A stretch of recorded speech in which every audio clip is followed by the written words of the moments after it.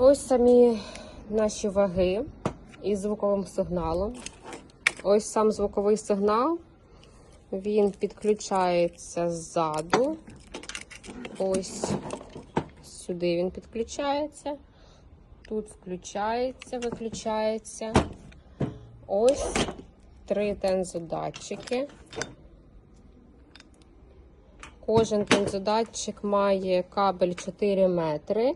І ось такі йдуть 3 шайби ще до них.